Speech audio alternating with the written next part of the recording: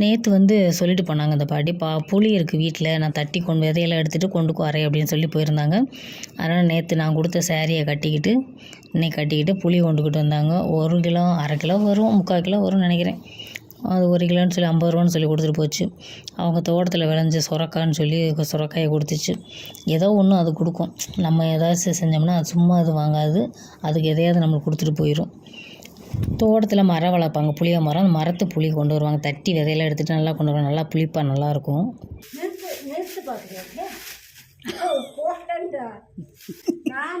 எப்படி 1 கிலோவா? 1 கிலோவா? 1 கிலோமா? 1 கிலோவா? 3 கிலோ வாங்கி என் பேத்தியம்மாலாம் வந்து கட்டுச்சுங்க. எதையும் எடுத்துக்க. இது கூட ஒன்று பார்ப்போம். அது காய் தாண்டி காய் தான், பழம் வேணாம், காய் வேணும். அந்த பயிர் கொடுப்போம். உனக்கு நல்லா சேலில் எடுத்து விட்டு நல்லா தம்பி வந்துருச்சாக்கு கூழுன்னா அந்த பாட்டி ரொம்ப நல்லா சாப்பிடுவாங்க. நான் சேர்த்து 2 நாளைக்கு வச்சுருவேன். அதை வந்து கரைச்சி மத்தியானம் தயிர் ஊற்றி வச்சுருந்தேன்.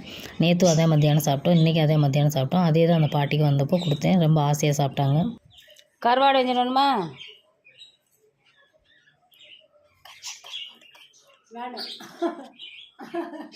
மாங்காய் தானே இது வச்சிருக்கு. இது மாங்காய். இரு வாரேன் கருவாடு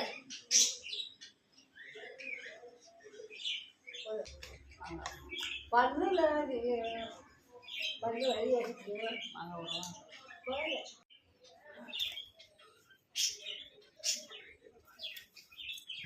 சரி. இப்படி உட்காந்து கருமட்டு விட்டு ஓடி போயிட்டான்னு போயில. ஆமாம், நான் 3 நாளைக்கு தலைக்கு தான் வாங்குவேன். ஏன் இன்னும் ஆண்டி வச்சுச்சு போல போகிறேன். இனிமேல் இன்னும் உரியலைக்கு தான் போகணும். காலையில் போகிறேன். சின்ன மாமியா யாருக்கு?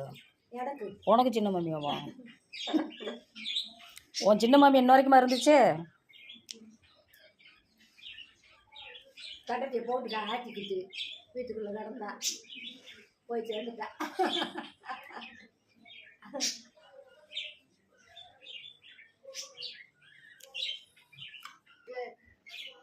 அதை பார்க்க சரியா போயிடும் அவனுக்கு.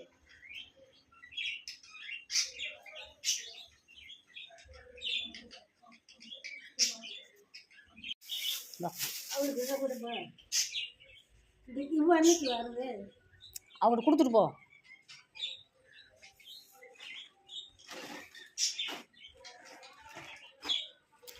போய் கொடுத்துட்டு வா. 3 வேளை வாங்கி நம்ம அம்மாக்கு நம்மளுக்கு சம்பாதிக்கிறா. இது வந்ததுமே தட்டிடுச்சு. பரவாயில்ல, நல்ல இல்லை இல்லையா? பிடி கேட்டுருக்கு இல்லையே, சொல்லு கேட்குது.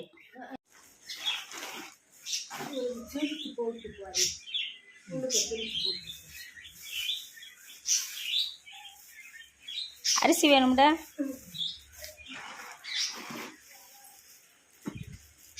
அரிசி அரிசி அரிசி அரிசி அரிசி செலவுக்கு வேணும்ல. இந்த கிளாடி முடிக்கு சும்மா ஒரு அரிசி வாங்கிக்க வச்சிருக்காக்கு. இந்த கொடுத்துட்டு வர பையில் உண்டு. இந்த பையில வேணும். அப்போ இந்த பையில் வேறு தாரேன் வேறு வேறு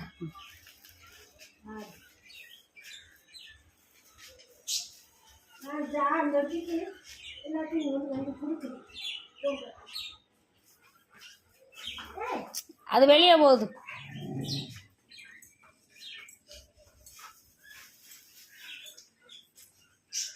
அங்கிட்டு நாய்க்கு சோறாய்க்கு போட ரேஷன் அரிசி வாங்கி வச்சுக்கிடுவோம். எப்போயாவது இட்லி அரிசி இல்லைன்னா போட்டுக்கிடுவேன். சில சமயம் நல்லா வரும், சில சமயம் நல்லா வராது. அந்த அரிசி மிச்சம் இருந்துச்சு, அதை வந்து பாட்டிக்கு 2 படி கொடுத்து 2 நாளைக்கு சாப்பிட்டுக்கிறோமேன்னு சொல்லி கொடுத்து விட்டேன்.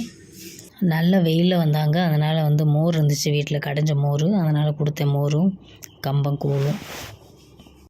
அவங்க ஊர் சைடு ஏதாவது கம்மியாக விற்கிறது, அவங்க தோட்டத்தில் எலுமிச்சம்பழம், கொய்யாப்பழம் அதெல்லாம் விழுகும் இல்லையா, விழுந்தது. அப்புறம் வந்து அந்த ஊர் சைடு வந்து விற்கிறது மலையில் வந்து வேலியில் அந்த பிரண்டைலாம் இருக்கும், சுண்டக்காய் அந்த மாதிரி இருக்கும் இல்லையா.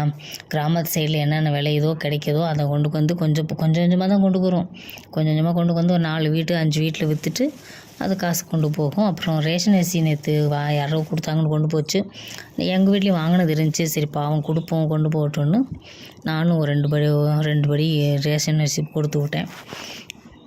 என்னமோ தெரியல, அது பாட்டியை பார்த்தா பாவமாக இருக்கும். ஏதாவது உதவி செய்யணும், வந்துச்சுன்னா சாப்பாடு வயிறு நிறைய சாப்பாடு போடணும் அப்படின்ட்டு கூழ் கொடுப்பேன், மோர் கொடுப்பேன். வீட்டில் இட்லி இருந்துச்சு, எது இருந்தாலும் கொடுப்பேன். மத்தியான நேரம் வந்தனால அது வெயில் காலனால நான் வந்து கூழ் தான் கொடுத்தேன், மோர் தான் கொடுத்தேன். காலை சமயத்தில் இருந்துச்சுன்னா டிஃபன் இருந்துச்சுன்னா டிஃபன் கொடுப்பேன். என்னமோ அதை பார்த்தா எனக்கு ஒரு பாவமாக இருக்கும், இவ்வளோ வயசுலேயே அது கஷ்டப்படுதேன்னு.